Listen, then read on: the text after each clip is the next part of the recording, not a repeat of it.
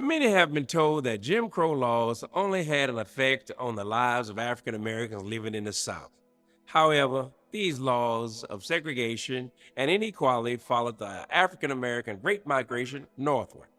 In the North, old Jim Crow was alive and well, where racial segregation and discrimination still happened.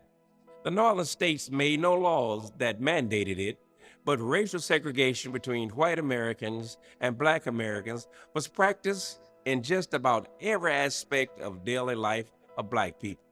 Instead of the state and local governments creating black laws, the private, civic, and commercial institutions made their own rules that state and local governments tolerated.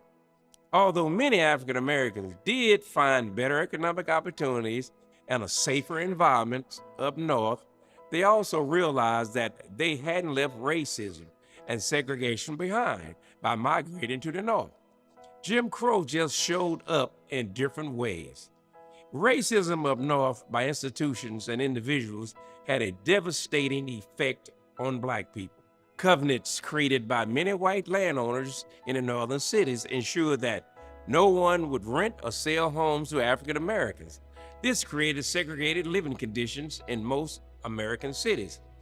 You know, a black side of town is what I'm talking about, and a white side of town. Restaurants and entertainment venues posted, quote, white only, unquote, signs, even if they hired black entertainers.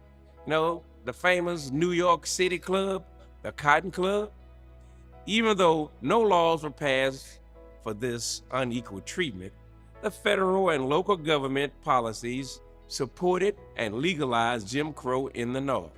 Now let's take St. Louis, for example.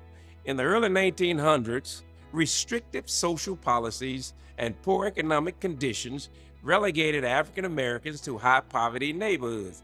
Parents were forced to enroll their children in substandard, segregated schools. This only not decided where black kids went to school, it limited where their parents could work.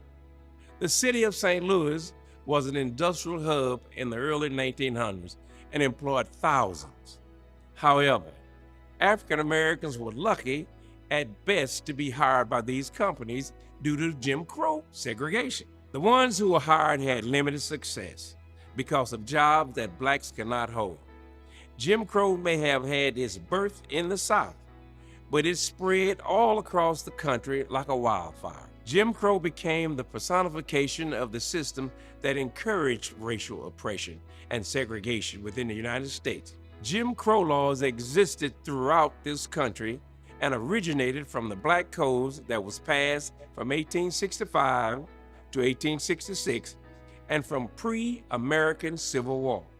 They mandated segregation in all public facilities with a supposedly, quote, separate but equal, unquote, status for African Americans. But in reality, this led to treatment that was usually inferior to that provided for Americans of European descent. When you hear the phrase white privilege, you know, that's thrown around so much today, you can thank the laws of Jim Crow because those laws gave the advantage to white Americans 150 years ago.